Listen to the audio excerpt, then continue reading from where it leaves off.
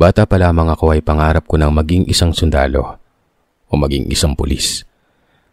Dahil nais kong maglingkod sa ating bayan pero dahil sa kakapusan ng pera at salat sa buhay, ay pagiging isang guro na lamang ang kinuha kong kurso nun. Tawagin niyo na lamang po ako sa pangalang David. Hindi ko tunay na pangalan. Isang magsasaka sa probinsya ng Mindoro ang aking ama. At para makatulong sa gastusin sa aking pag-aaral, ay naging isang working student ako. Pumapasok ako sa umaga sa aking eskwelahan at pagsapit ng hapon ay nagtatrabaho ako sa isang grocery store.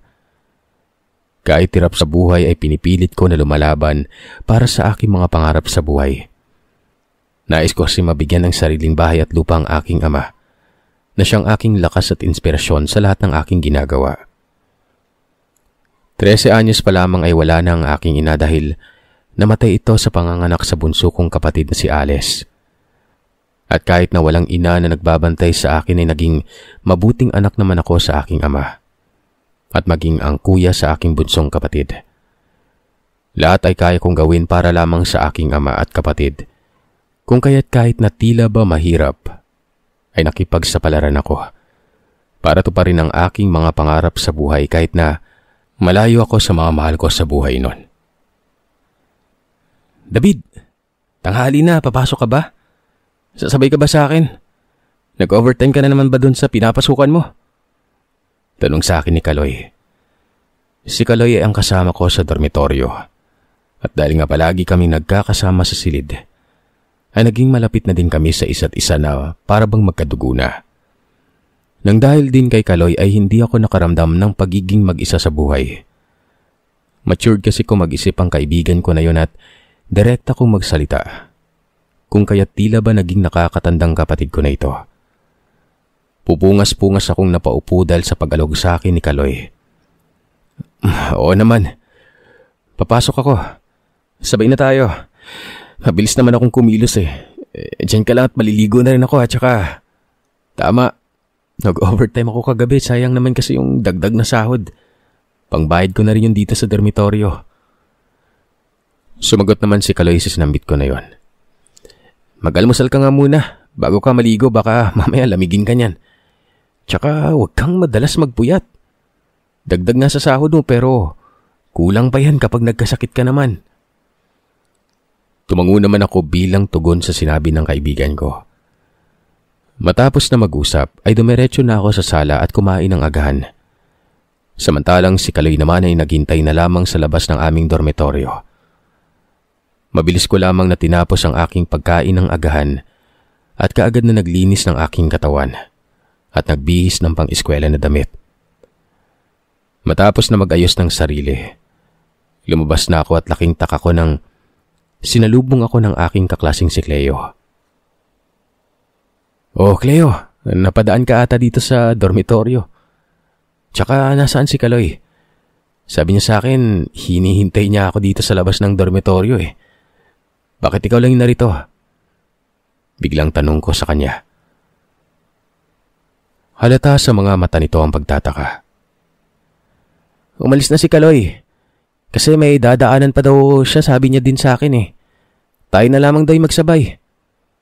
Sagot ni Cleo. Tumango na lamang ako sa sagot nito bilang tugon.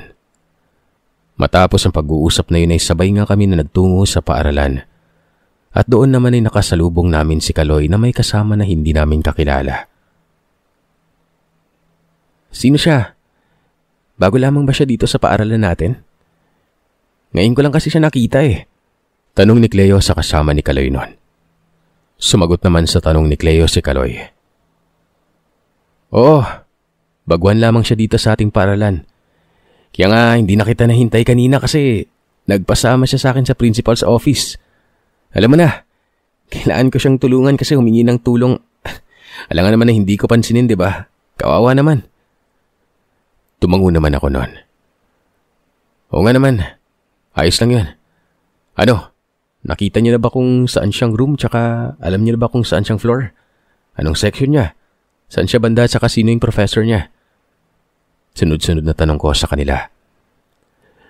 Napakurap naman ang kasama ni Kaloy sa lahat ng mga tinanong ko. Ngumiti naman si Kaloy at napailing pa sa kanagturan. Ay nako, ikaw talaga David. Lahat talaga sa iyo ay tatanungin mo. Hindi nga namin mahanap kung saan ba siyang room mo. O di kaya kung sino yung professor niya. Sagot nito. Napakamot pa ito ng ulo. Sa katunayan niyan, wala ang pangalan niya dito sa list of enrollees eh. Nahihirapan na nga kami. Hindi naman siya late enrollee pero bakit ganon? Wala yung pangalan niya dito sa listahan. Napakamot na naman si Kaloy sa ulo niya. Napaisip naman kami ni Cleo sa tinuran ng kaibigan namin na yon. Bakit? Ano bang pangalan niya tsaka apelyido? Baka naman kasi. Hindi na naituloy pa ni Cleo ang kanyang sasabihin nang biglang magsalita ang binatang kasama ng kaibigan naming si Kaloy. Ako si Leo Salcedo. Transfer lamang ako dito sa school niyo. Kaya siguro wala sa listahan yung pangalan ko. Baka nakaligtaan lamang. May mga ganun namang pangyayari, di ba? Wika nito. Inilahad pa nito ang kanyang kamay. Leo. Leo palang pangalan mo. Ikinagagalak ka namin makilala, Leo. Siguro nga, ganun nga pero ano bang sabi ng principal nung pumunta kayo sa office niya? Litaan niya ni Cleo at nagtanong pa ito. Sabi niya, tingnan daw namin sa mga listahan. Kung wala, ibig sabihin hindi daw na-enroll dito si Leo. Baka sa ibang eskwelahan daw siya na-enroll. Sabi naman itong si Leo, hindi daw siya nagkamali dito sa address na ito. Ito daw yung address na ibinigay sa kanya ng daddy niya. Paliwanag naman ni Kaloy. Muli ko namang naalala ang nangyari sa akin noong unang taon ng pagpasok ko sa eskwelahan. Alam ko na kung bakit wala ka sa listahan. Halika, sumama kayo sa akin. Sambit ko. At kahit na nag-aalinlangan ay sumama naman ang mga kaibigan ko sa akin noon. Nagtungo kami sa principal's office at doon ay muling nagtanong at sinambit ni Leo ang kanyang apelyido. Doon nga ay nahanap namin na magiging silid-aralan ni Leo at kamag-aral pa namin ito. Maraming salamat sa iyo, David. Kung wala ka siguro, hindi ko mahahanap kung saang room ako at sinong magiging professor ko. Bilang pasasalamat, ililibre kita ng tanghalian. Wika ni Leo nun. Nagad namang sinigondahan ni Cleo. Paano naman kami? Tumawa pa ito. Binatukan naman ito ni Kaloy sabay sambit. Ikaw talaga, mukha kang libre. Sige na, libre ko na kayo. Salamat naman at kahit na bago lamang ako dito sa eskwelahan nyo, nagkaroon agad ako ng kaibigan. Nakakatuwa at nakakataba ng puso. Matamis nang umiti sa amin yon. Wala yun. Ganon din ako nung unang nagtanong lang ako dito kay Kaloy. Tapos tinulungan niya ako pero gaya nga nang sa iyo, wala din ako sa listahan. Di hinanap po yung mga requirements na pinasa ko, gaya nung ginawa natin kanina. Wika ako naman. Matapos na mag-usap ay nagtungo na kami sa aming silid-aralan at nakinig sa leksyon ng aming mga professor. Naging mabilis lamang ang leksyon ng mga ito, lalo pa tamang review lamang sila sa darating na pagsusulit. Matapos ang aming pasok ay dumiretso kami sa isang karinderya at doon ay tiningnan namin ang mga ulam na naluto ng mga oras na yon. Masarap yung pagkain dito. Bukod sa mura, sulit pa. Turan ni Cleo kay Leo nun. Tumango naman ito. Sigurado ka ba na ililibre mo kami? Baka kasi mamaya, alam mo na, hindi naman kami namimilit, Leo. Pare-pareho naman tayo dito na gusto magkatipid pero kung sakto lamang yung pera mo, wag mo na kaming ilibre. Litaan niyang sambit ko nun. Libre ko na kayo. Sigurado ba kayo na dito tayo kakain? Gusto ko sana sa mga restaurant na ganun eh.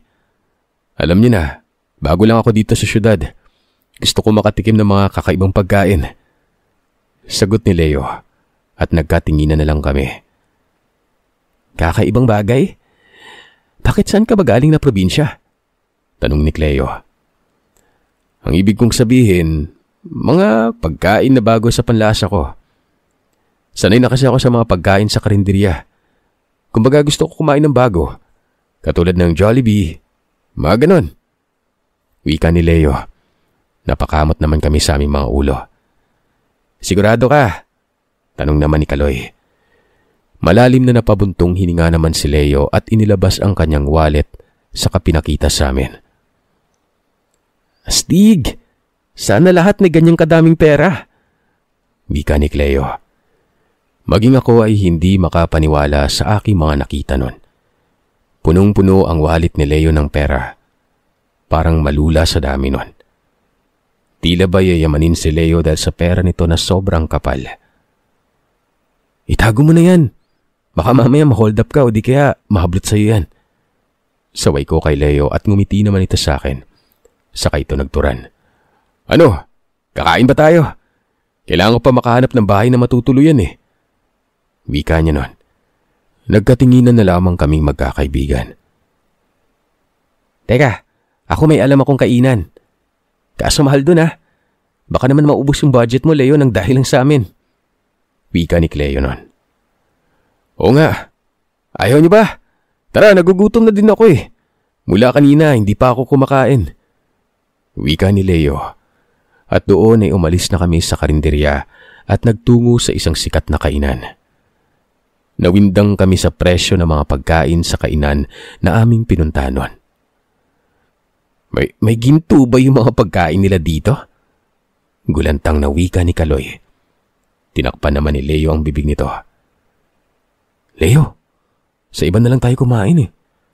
Ang mahal dito, ginto yung presyo. Sige na, orderin niyo ang lahat ng gusto niyo. Akong bahala. Huwag kayong mag-alala. Minsan lang naman to eh. Sigurado ka ba? Baka naman magalit mga magulang mo niyan ha. Tsaka pwede naman sa iba tayo kumain. Hindi mo naman kailangan gumastos na malaki. Mahirap kaya nakitain yung pera. Hindi yan. Akong bahala. Isa pa, buhat nung tinulungan niyo ako. Kahit hindi tayo magkakakilala ay malaking bagay na yun sa akin. Ito lang yung pambawi ko sa inyo. Kaya sige na, huwag na kayong mag-alinlangan at mahiya. At doon nga, ay nag-order na kami ng mga pagkain nun. Matapos na mag-order at dumating ang pagkain, kumain kami ng marami. Tuwang-tuwa kami dahil yun ang unang beses na nakakain kami sa ganong kainan. At napakasarap pa ng mga pagkain nun. Matapos na kumain ay napahawak na lamang kami sa aming mga tiyan.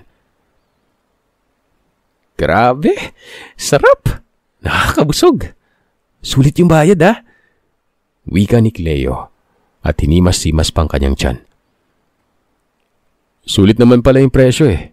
Kaya pala ganun kamahal. Masarap. Hindi tinipid sa Ricados, no? Ano, tara na. Kailangan ko na kasi maghanap na matutuluyan eh. Baka mamaya abutin ako ng gabi. Tumango naman kami nun. Kaagad na nagbayad si Leo at kaagad kaming umalis sa kainan na yon. Samahan ka na namin na maghanap ng matutuluyan. Wika ko at nagturang naman si Kaloy. Sa katabi ng dormitoryo namin. May bakante doon. Baka gusto mo. Wika ni Kaloy at namangha naman si Leo. Talaga? O nga no. Bakante nga pala yung katabi nating kwarto. Gusto mo ba doon, Leo? Nang sa ganun, magkakatabi lamang tayo. Itong si Cleo yung malayo-layo sa atin dahil nakatira to sa kanyang pinsan eh. Sambit ko at tumango naman sa amin si Leo. Sige, tara. Puntaan natin. Malay nyo, di ba, magustuhan ko. Tsaka para hindi sayang sa oras at para magkakasama tayo. Tsaka alam nyo na, para may kasabay akong pumasok. Hirap kasi pag mag-isa at walang kakilala eh. Mukha naman maganda dun kasi doon nga kayo nakatira, di ba? Tumango naman kami sa tinura nito. Oo naman, maganda dun.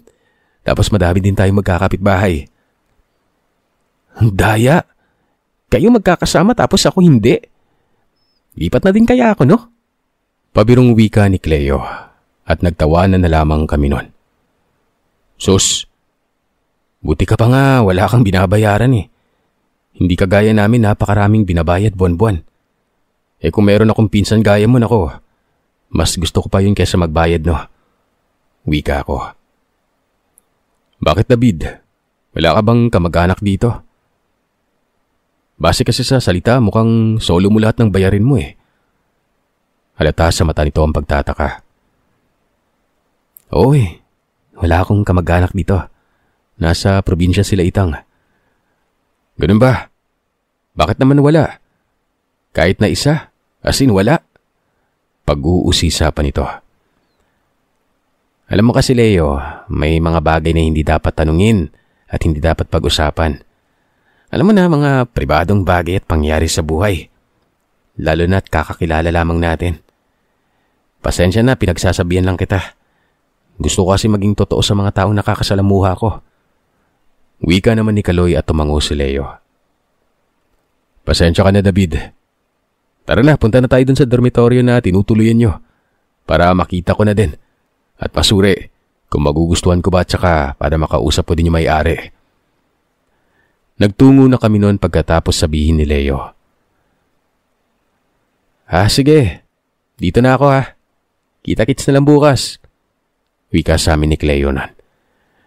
Naglakad na kami papunta sa dormitoryo samantalang si Cleo naman ay nagpaalam na sa amin dahil meron pa itong mga gagawin na siyang inunawa naman namin lalo na at malayo din naman ang tinutuluyan nito. Dahil malapit lamang ang dormitoryo namin sa kainan na aming kinainan, ay mabilis lamang na nakarating kami doon at sakto namang naroroon din ang may-ari ng dormitoryo. Kung kaya't hindi na kami sa landlady nagtanong, kundi sa mismong may-ari na. Kuya Den, siya po si Leo. Kaklase at kaibigan po namin. Naghahanap po siya ng matutuluyan. Kung maaari sana, nais naming makita yung kabilang kwarto. Yung katabi po ng silid namin, yung walang nakatuloy. Naghahanap kasi ng matutuluyan tong kaibigan namin eh. Wika naman ni Kaloy. Tumango naman si Kuya Den. Maayos ka ba magbayad? Ito mga silid dito sa dormitoryo ay magaganda. Hindi ka na dito lugi sa presyo. Kung maayos ka magbayad ay pasok ka kaagad. Pero kung hindi tayo magkakatugma sa bayaran, pasensya na. Kasi itong sila David magaling magbayad ang mga batang ito eh. Kahit na working student ang mga ito, nakakabayad sila sa tamang due date. Ikaw ba makakabayad ka? Ayoko kasi ng paulit-ulit na maningil. Gusto ko may kusa. Wika ni Kuya Den. Nako, Kuya Den. Panigurado magkakasundo kayo nitong kaibigan namin.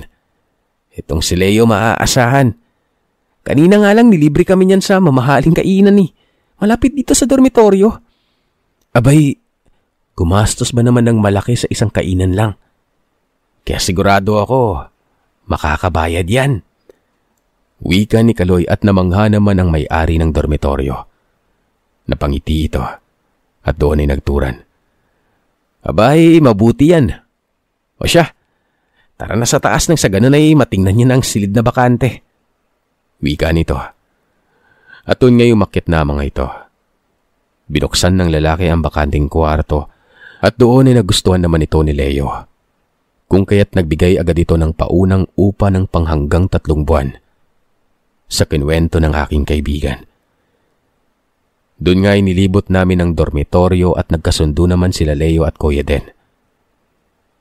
Ito po Kuya Den. Bale, pang 3 buwan na po yan ah. Na rin po yung 1 month pay, 1 month deposit. Tapos yung bayad sa 3 buwang bayad sa tubig at ilaw. Wika ni Leo. Sabay abot ng pera at natuwa naman ang may-ari ng dormitoryo. Nako, mayaman nata itong batang ito. Ano bang trabaho mo? Siguro mansyon yung bahay niyo. Taga saan ka ba? Businessman siguro yung mga magulang mo o di kaya may kaya kayo ano? Manghang wika ni Kuya Den at hindi na nito napigilan pa ang kanyang sarili na mag-usisa patungkol sa buhay ng kaibigan naming si Leo. Napansin ko naman na tila tahimik ang kaibigan namin kung kaya't ako na ang sumagot sa mga katunungan ni Kuya. Kuya Den, alam niyo na po na may mga parte ng buhay na hindi dapat ibinabahagi sa iba. Di naman po kayo close itong kaibigan namin para magbahagi sa inyo eh. Pabiro ko naman. O siya sige. Nauunawaan ko naman. Kayo na yung bahala dyan ha. Huwag niyong pababayaan itong dormitoryo ko Alam niyo na. Lalo na kayo, David at Kaloy. Alam niyo naman na kahit lalaki ako ay malinis ako sa bahay at mabunganga. Pakisabi na rin kay Leo yung mga rules and regulation dito natin sa dormitoryo. Maging yung mga ayaw ko nang sa ganun ay hindi na siya magugulat pa kung sakali magsermon ako't magbunganga Wika ni Kuya Denon. Tumango naman kami magkakaibigan. Matapos na makuha ang bayad ay umalis na rin si Kuya Den. Tinulungan naman namin ni Kaloy si Leo na ayusin ang kanyang silid nun. Nga pala Leo, si Kuya Den, ganun lang talaga yon. Marami siya ditong pinagbabawal sa dormitoryo. Bawal mag-inuman, dahil ayaw ni Kuya Den ng gulo at kalat. Bawal ang manigarilyo. Alam mo na, mga estudyante kasi halos lahat ng nangungupahan dito sa dormitoryo. Maingat lang si Kuya Den. Minsan na kasing may nagkagulo dito kaya ganun na lang siya kahigpit pero huwag ka mag-alala. Mabait naman yun. Diretso lang kung magsalita at minsan nakakasakit talaga. Pero napapakiusapan naman. Basta ganun lang talaga siya. Alam mo na sadyang mahigpit lang talaga kasi ayaw niya na madawit siya sa anumang kaguluhan. Wika ko at tumango naman si Leo sa aking mga sinabi nun. Kahit sino naman siguro, maghihigpit diba? Lalo at mga estudyante nga mga nakatira dito. Gaya nga ng sinabi mo, kung may mag-iinuman, may nagsisigarilyo at nagkakagulo ay malamang sa malamang, madadawit nga ang pangalan ng may-ari ng paupahan. Kaya okay lang. Hindi naman ako naninigarilyo. Hindi rin ako nagiinom. Wala akong bisyo. Kumain lang at gumastos. Wika ni Leo. Matapos noon ay nagsimula na kaming mag-ayos ng mga gamit ni Leo. Dahil purong puti at luma ng pintura ng silid. Napagpasya ni Leo na bumili ng mga pintura at palitan ng ayos ng kanyang silid noon. Matapos na bumili ay nagtungo na muli kami sa dormitoryo at tinulungan namin na mag-ayos si Leo ng kanyang silid. At makalipas ng ilang oras, natapos din kami sa pag-aayos. Ay nako, nakakapagod talaga maglinis pero sulit no, natapos na din. Bakit? Bakit ganito yung ayos ng kwarto mo? Nagtatakang tanong namin ni Kaloy kay Leo at nagpaliwanag naman ito. Pasensya na kayo Ganito kasi ako Nakasanayan ko na. Ganito rin kasi sila mama.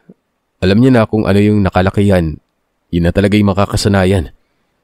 Sa bahay kasi puro itim din yung disenyo May mga ulo pa nga ng hayop doon.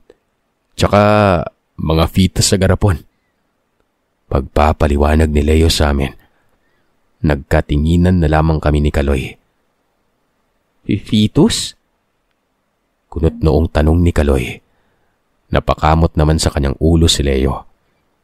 Oo ganun kasi sa ibang bansa. Sa bagay, kahit sino naman diba?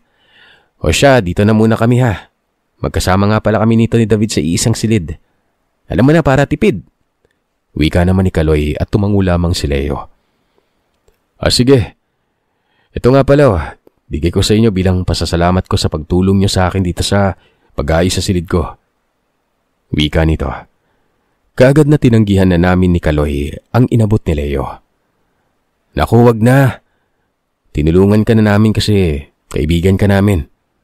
Wag mo na kaming bayaran tsaka sulit na nga yung ginastos mo kanina sa kainan Wika ni Kaloy. Ibinalik ang pera dito sa kaibigan namin. Naku, sige na. Tanggapin niyo na. Malit na bagay lang naman yan. Pambili niyo ng pagkain tsaka merienda. Alam kong nagutom din naman kayo. Tsaka alam ko na may mas mahalagang bagay pa kayong dapat gawin pero mas pinili niyo na tulungan ako. Ibinigay nito ang pera sa aming dalawa nun. Salamat sa pera. Ayaw sana naming tanggapin ito pero dahil mapilit ka, sige. Maraming salamat Kung may kailangan ka, kumatok ka lamang sa amin sa kabilang silid. Palagi naman kaming gising pag mga ganitong oras Wika noon ni Kaloy. Sige, mamaya na lang. Kita na lang tayo mamaya sa baba. Matapos na umalis sa silid ng bagong kaibigan, tahimik kaming nag-usap dalawa. Ang dami niyang pera sa wallet, no? Saan kayo yun galing? Siguro sa daddy niya. Siguro napakayaman ng pamilya nila Leo. Sana ganun din kami. Wika naman ito ni Kaloy at natawa ko. Ay nako, masarap pa rin yung simple at tahimik na buhay. Hanggat maaari sana, ayoko nga sanang lumuwas dito sa syudad pero dahil nga kailangan ay nakipagsapalaran na lamang ako. Kahit napakahirap para sa akin na malayo kay Itay at sa kapatid ko. Pero dahil gusto kong matupad yung pangarap ko, edi sige, pumunta ako dito. Sagot ko naman nun. Nagkwento pa sa akin si Kaloy patungkol sa kanyang karanasan. Sinabi mo pa, pero ang sakit kasi ng mga nangyari sa akin buhay. Wika ni Kaloy at nalungkot ito. Nakakaawa naman yung kalagayan mo. Mabuti na lang at meron kang tiyo na kumukup sa'yo, no? Pero alam mo, parehas tayo. Bata pa lamang ako ay wala na yung nanay ko pero nandyan naman si Itay. Para sa aming magkapatid na si Nico. Pinalaki niya kami na may takot sa Diyos at palaging nagtutulungan. Kaya nga siguro pala kaibigan ako. Kahit hindi ko pa ganung kilala ang isang tao ay mabilis kumaan ang loob ko. Wika ko naman nun. Matapos na mag-usap, ay napagpasyaan naming dalawa na bumili ng aming lulutuin para sa gabihan. At naisipan namin na daanan si Leo sa silid nito. Leo, sasabay ka ba sa amin sa pagbili sa palengke? Bibili kasi kami ng pagkain para sa gabihan. Baka gusto mo nang sumabay na lamang sa amin nang sa ganon, ay may kasama ka at saka makalibot ka na din. Wika ni Kaloy. Pero hindi sumagot ang kaibigan namin sa loob ng kanyang silid nun. Nagkatinginan pa kaming dalawa. At ilang sandali pa ay bumukas na ang silid. Pasensya na kayo at nakaidlip ako ah. Saan ba kayo pupunta? Teka, bakit pawis na pawis ka? Wala ka ba diyang electric fan sa loob ng silid mo? O kahit pamaypay man lang? Kunot noong tanong ko sa kaibigan naming si Leo. Napakamot naman ito ng ulo. Meron. Kaso sa kalikutan ko kanina. Nasipa ko tapos nabunot. Pinapasok kami nito sa loob ng kanyang silid. Hindi pa din talaga ako sanay na ganito yung ayos ng silid. Sa kwarto kasi namin itong si David maaliwalas at maliwanag. Wika ni Kaloy na napatingin pa ito sa aming paligid. Kakaiba ang mga palamuti na nakasabit sa silid ni Leo. Hindi kaaya-ayang tingnan. Tila ba nakikipagtitigan ang mga ito sa amin pero dahil nga sa kaibigan namin si Leo, ay hindi namin hiyusgahan ang pagkatao niya. Sa makatuwid ay tinanggap pa namin kung ano ang hilig nito. Maraming salamat ha, kasi hindi niyo ako hinusgahan tsaka tinanggap niyo kung ano yung nakasanayin ko. Pasensya na kayo kung medyo nakakatakot at weirdo itong ayos ng silid. Ganito talaga kasi ako. Alam niyo na. Ngumiti naman kami ni Kaloy nun. Tanggap pa namin kung ano ka. Tsaka ang mahalaga, isang mabuting tao ka. Tsaka wala namang masama kung ganito yung nais mo eh. Tanggap ka namin kahit nakakaiba yung trip mo. Ang magkakaibigan, tanggap kung anong meron sa isa. Nakakatuwa naman kayo. Talaga ba? Tanggap niyo kung ano ako. Ngayon lang ako magkakaroon ng kaibigan na tulad niyo. Tanggap kung ano ako. Nakangiting wika ni Leo. Napakamot naman kaming dalawa ni Kaloy sa ulo. Bakit? May sekreto ka ba na dapat naming malaman? Napaisip tuloy ako sa sinabi mo. Kunot noong tanong ni Kaloy. At bigla namang natahimik si Leo. At namuo pa bigla ang pawis nito sa noo. Anong sikreto? Naku, wala. Wala ako nun oh. Tsaka yung tinutukoy ko itong pagiging creepy at weirdo ko. Nagpapasalamat ako kasi tanggap niyo ako. Sige na, tara na. Bili na tayo ng makakain sa labas. Naging maayos naman ang pagkakaibigan namin. Sa paglipas ng mga araw ay mas lalong naging malapit kami sa isa't isa. Pero simula nang dumating si Leo sa dormitoryo noon, dun na din nagsimula ang kilabot. Pasado 11:00 na ng gabi ng mga oras na yon, nang makarinig ako ng iyak ng tila basanggol. dahil sa takot ay hindi ko na lamang yun pinansin. Nagtalukbong na lamang ako ng aking kumot. Kinabukasan ay nagtanong ako sa kaibigan ko na si Kaloy. May narinig ka ba kagabi na umiiyak? Kunot noong tanong ko sa kaibigan. Natahimik naman ito at tila ba namutla siya sa tanong ko sa kanya.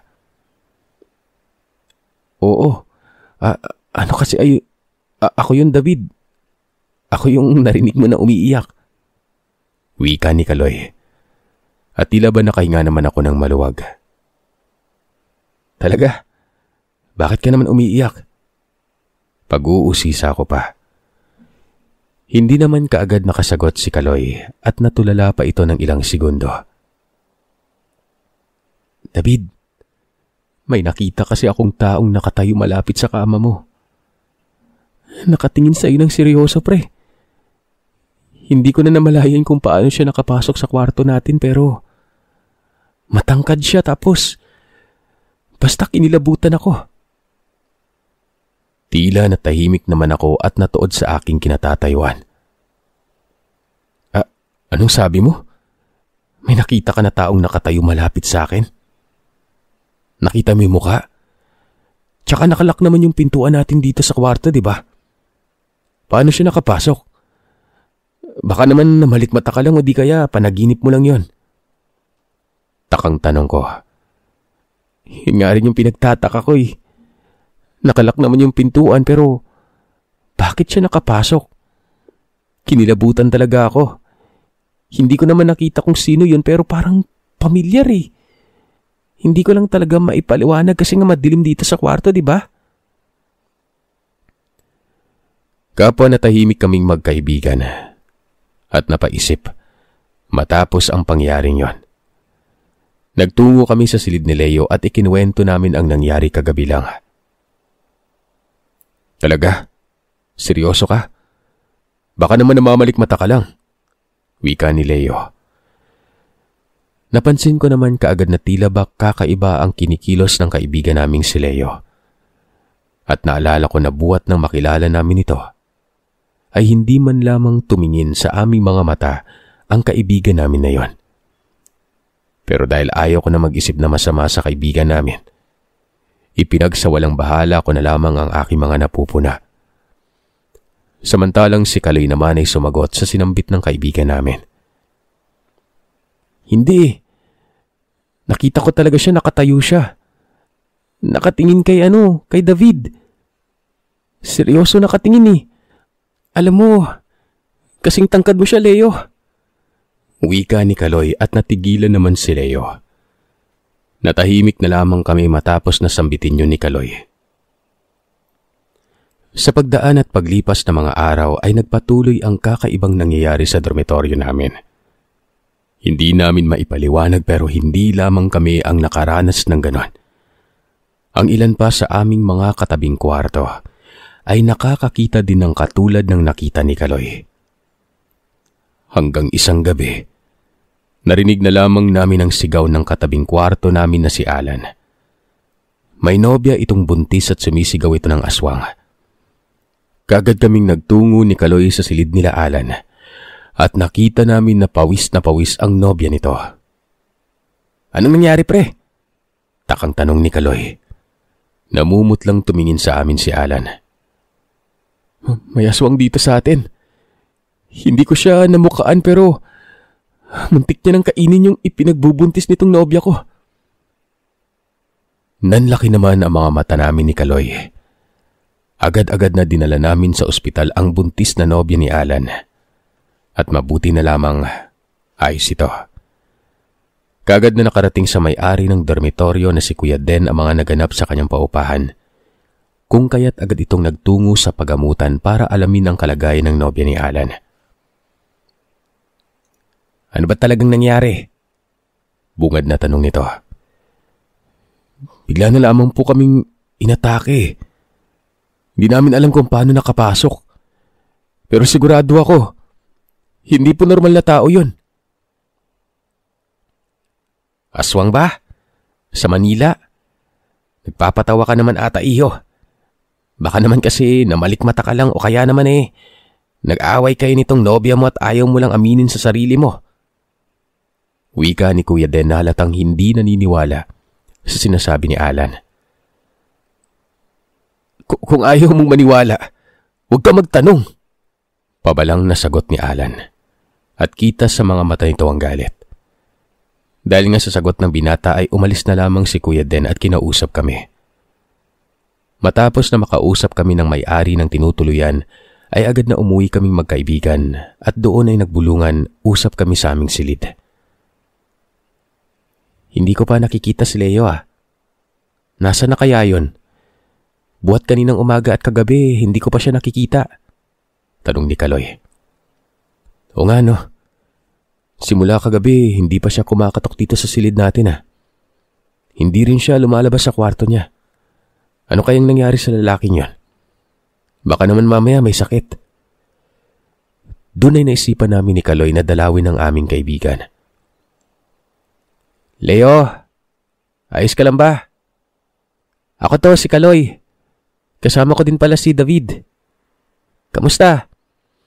Hindi ka kasi lumalabas Buhat kagabi kaya nag-aalala kami sa iyo. Wika ni Kaloy mula sa labas ng pintuan ng silid ni Leo. Pero ilang minuto na ang lumipas. Wala kaming nakuhang sagot mula kay Leo. Kung kaya't nag-alala na kami ng gusto. At doon ay walang pag-aalinlangan na sinira ko ang lock ng pintuan ng silid ni Leo. Laking gulat namin nang makitang nakahandusay ang aming kaibigan sa lapag ng kama at sugatan. Hindi namin lubos maisip kung bakit nangyari yon sa aming kaibigan. Dali-dali namin itong dinala sa pagamutan at doon ay nagkaroon na ito ng malay. Anong nangyari sa'yo? Naabutan ka na lang namin ng walang malay Papalabas na ako ng kwarto ng gabing yon. Narinig ko yung sigaw ni Alan pero ilang sandali pa bigla na lang may kumlamot sa likuran ko. Napakaraming sugat ang natamo ko sa braso at katawan ko. Bigla na lang may humampas sa leeg ko. Nawalan ako ng malay. Wala na akong maalala matapos nun. Wala na talaga. Wika at pagkikwento ni Leo sa amin. Bakas sa mga mata niya ang trauma dahil sa nangyari nun.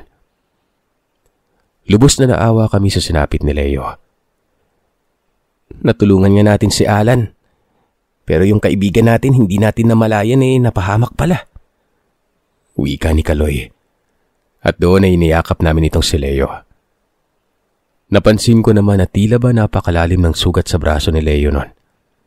Napakunot ang noo ko at muli kong naalala ang sinabi sa amin ni Alan. Napaisip kaagad ako nun.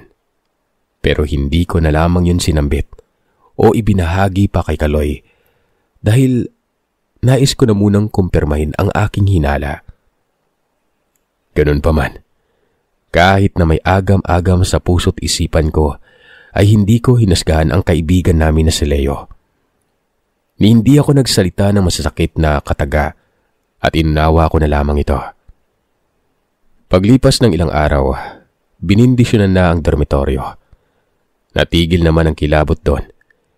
Inisip ko na maaaring nagkamali ako at hindi tama ang aking hinala pero makalipas lamang ang ilang buwan. Muling binalot ng kilabot ang dormitoryo namin na yon. Nag-umpisa na naman ang mga kakaibang pangyayari. At isa na doon, ang pag-ataking muli sa buntis na nobya ni Alan. At sa tuwing mangyayari yon, hindi namin namamataan ang kaibigan naming si Leo. Palagi lamang nitong dahilan ay umuwi siya sa kanilang tahanan, kung kaya't walang alam sa mga naganap. Dahil nga sa paulit-ulit na mga nangyari, ay unti-unting nagsialisan ang mga naninirahan sa dormitoryo. Maliban sa amin. Sa paglipas ng mga panahon ay napagpasya naming magkaibigan na lutasin ang kaganapan doon. Isang plano ang aming binuo. Pasado 2:00 na ng madaling araw ay nagpasya kami ni Kaloy kasama si Alan. At dahil nga naghihinala kami kay Leo, isang plano ang aming binuo. Hindi namin ito sinambit sa kaibigan namin dahil nais naming patunayan na mali ang aming hinala. Pero ang nangyari, hindi namin inasahan. Sa halip na si Leo ang aming nakita, ibang tao ang aming nasaksihan. Isang albularyo ang nagbabala sa amin nun. Ganun pa man, sapat na ang mga sinabi ng albularyong yon para maniwala si Alan. At dahil nga nagkaroon na ng pangontra si Atalia, ay nagpasya silang magkasintahan na umalis na lamang sa dormitoryo. Gayunpaman, ayaw namin na maniwala sa sinambit ng albularyo pero tila ba tugma ang mga sinasabi nito noon. Nanatiling lihim ang aming mga nalaman at hindi namin yun sinambit kanino man. Dahil ayaw naming mapahamak si Leo nang hindi naman nila napapatunayan na totoo ang sinambit ng albularyong yon. Sa paglipas ng taon, unti-unting lumayo si Leo sa aming dalawa at doon ay napagtanto namin. Bakit namin pinoprotekta ng isang taong ayaw na sa amin nun? Hanggang isang gabi, habang sa kasarapan ng tulog ko ay narinig ko ang pagtangis ng kaibigan kong si Kaloy. Na tila ba nasasaktan ito kung kaya't kaagad akong bumangon.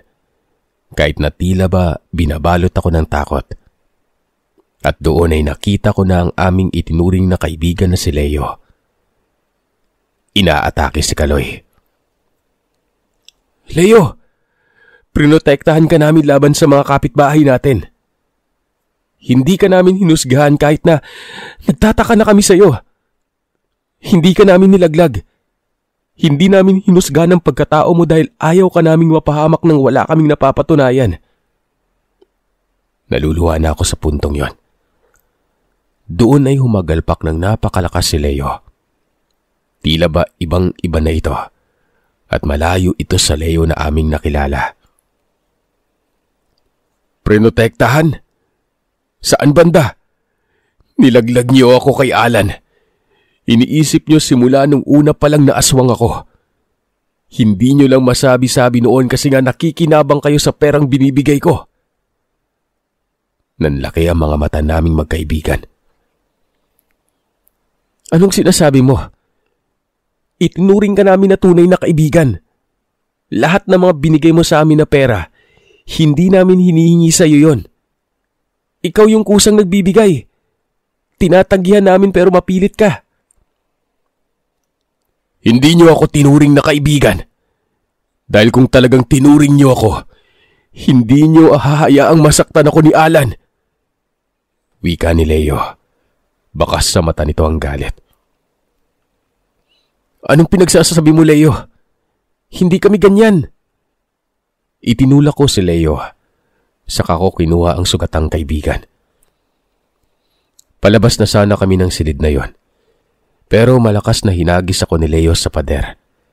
Dahilan para dumugo ang ulo ko pero sadyang malakas ang aking loob nun. Hindi ko hinayaan na mawalan ako ng malay dahil sa puntong yon ay iniisip ko ang kalagayan ni Kaloy na sobrang lubha.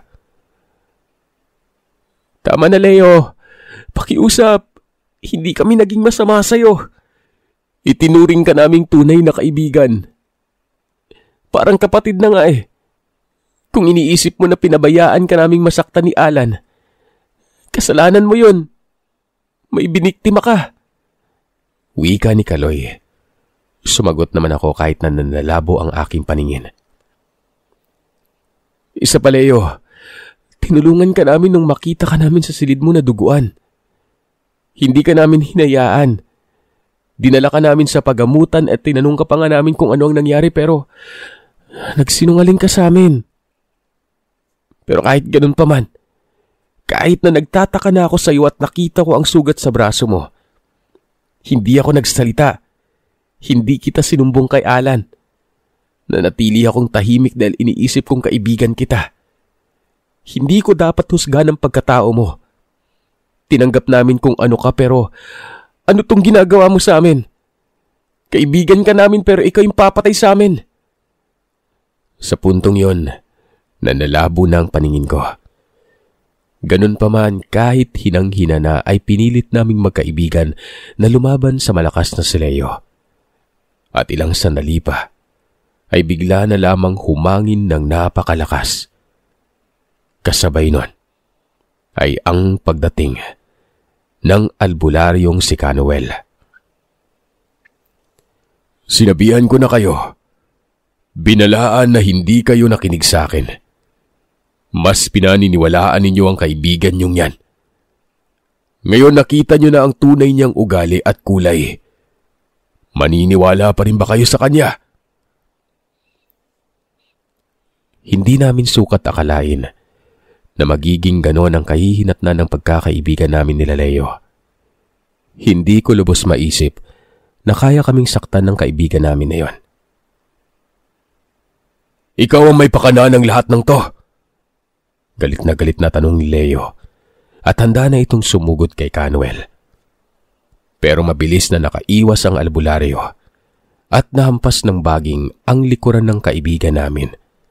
Dahilan para masugat ito. Napahilata naman sa saigang binata at doon ay napatingin ito sa amin.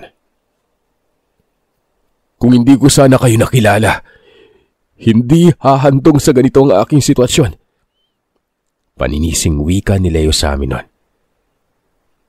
Halata sa mga mata nito na hindi niya matanggap na nabuking ang kanyang pagkatao. Naluluhang sumagot naman si Kaloy sa kanya. Ikaw ang may kasalanan kung bakit ka humantong sa ganito. Pinakita namin ang kabutihan sa iyo. Hindi ka namin nilaglag. Wala kaming pruweba. At kahit may problema man kami o ebidensya laban sa iyo, kakausapin ka namin at hindi ka namin huhusgahan. Pero ngayon nakita na namin yung tunay mong ugali. Sana noon pa lang Leo, nilaglag ka na namin kay Canuel. Hindi na sana namin pinaabot pa sa ganito. Hindi na sana namin pinatagal pa yung sitwasyon mo. Eh di sana wala ka nang nabiktima na iba pang tao pero anong isinukli mo? Maging ang katabing bahay natin biniktima mo. Tama ba? Hindi mo ba naisip na isang sanggol ang biniktima mo?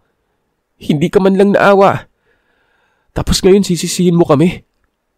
Pinagtakpan ka namin at hindi kami umimik sa lahat ng mga ginagawa mo. Kahit na naghihinala na kami sa'yo. Bilang kaibigan mo. Hindi nito sukat akalain na matagal ng panahon na nakakahalata kaming mga kaibigan niya pero pinagtakpan namin siya. Sa huli ay nagpasya si Leo na umalis na lamang pero hinarangan ito ng albularyo. At saan ka pupunta? Hayaan mo na lamang akong aalis na ako dito sa lugar niyo. Sa tingin mo, ganun-ganun na lamang yun pagkatapos mong mangbiktima at pumatay ng mga walang kamuwang-muwang na sanggol sa sinapupunan ng kanilang ina. Hahayaan ko na lamang na umalis ka. Hindi mangyayari yon. Magkamatayan na muna tayo. Wika ni Canuel. Hindi lubos maisip ni Leo kung bakit tila ba galit na galit sa kanyang albularyo. Bakit ba parang init na init ka sa akin? Bakit ba gustong-gusto mo akong patayin? Hindi mo ba alam na ang huli mong biktima, anak ko, magiging apo ko sana pero nang dahil sa'yo, hindi na niya nasilayan pa ang mundo. Galit na sigaw ni Canuel. At doon ay nanumbalik kay Leo ang lahat ng kanyang ginawang kasamaan. Napaluha na lamang ito at napaluhod. Hindi ko naman gusto ang sumpang ito, pero hindi ko mapigilan ang aking sarili na kumain ng mga buhay na sanggol. Hindi ko mapigilan ang sarili. Hindi ko ginusto to. Sumpa, hindi mo gusto. Doon na napahagulgol ng iyak si Leo. Ganyan naman kayong mga tao, di ba? Wala kasi kayong alam kaya ganun-ganun na lamang kung husgahan niyo ang tulad ko. Hindi niyo ba alam na katulad niyo? Gusto din namin ang simpleng pamumuhay. Pero nang dahil sa sumpang to, hindi namin matupad-tupad ang pangarap na yon. May iilan sa amin na nagbabagong buhay pero anong ginawa niyo? hinuhusgan nyo, pinagkakaitan ng kasiyahan. Katulad na lamang ng pamilya ko. Oo, mayaman kami. Halos lahat ng kapitbahay namin, binigyan namin ng pera at tinulungan. Naging mabait kami sa kanila. Pero sa huli, hinusgahan pa rin nila kami. Hindi man lang sila naawa maging sa kapatid ko na 1 taon pa lamang. Pinatay nila ang pamilya ko. Ang kapatid ko na walang kamuwang-muwang sa mundo. Pangarap lang namin noon ng pamilya ko ng simpleng pamumuhay, gaya niyong mga normal na tao. Pinagkait niyo yun sa amin. Hindi pa rin yun rason, Leo, para kumitil ka ng buhay ng mga walang kamuwang-muwang na sanggol. Hahampasin na sana ni Canuel si Leo pero pinigilan namin magkaibigan yon. Tama na, nanghihina na po siya. Kinakampihan niyo pa din yung salot na yan. Hindi namin siya kinakampihan, Canuel. Ang amin lang, nanghihina na si Leo. Hindi pa ba sapat ang lahat ng pagpapahirap mo na ginawa mo sa kanya? O galit kami sa kanya dahil sinaktan niya kami pero nauunawaan namin kung saan nanggagaling yung galit niyang yon. Biktima lamang din siya ng pagkakataon. Wika ko. Doon ay nilapitan namin ang kaibigan namin. Ganun pa man, huli na ang lahat dahil naghihingalo na ang binata. Nakinig naman sa amin si Canuel. Sa huli, namatay si Leo sa kamay naming magkaibigan pero nagkapatawaran naman kami bago bawian ang buhay. Matapos ang pangyayaring yon ay mas pinili na lamang namin na manahimik.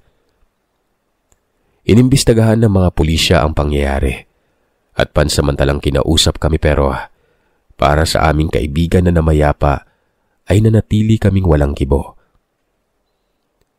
Matapos nun, hindi na inusisa pa ng mga pulis kaming magkaibigan dahil wala naman silang mapapala sa amin. Sa paglipas ng panahon, nakagraduate din sa kolehiyo kaming 2 magkaibigan at sabay naming tinupad ang aming pangarap na maging isang guro.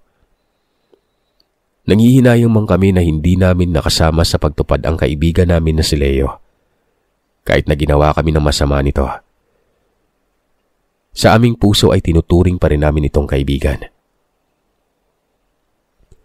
Sa ngayon ay ganap na akong guro sa aming probinsya at patuloy kong daladala ang karanasan ng kahapon. Samantalang si Cleo naman, nagtungo sa kanilang lugar at doon nagturo.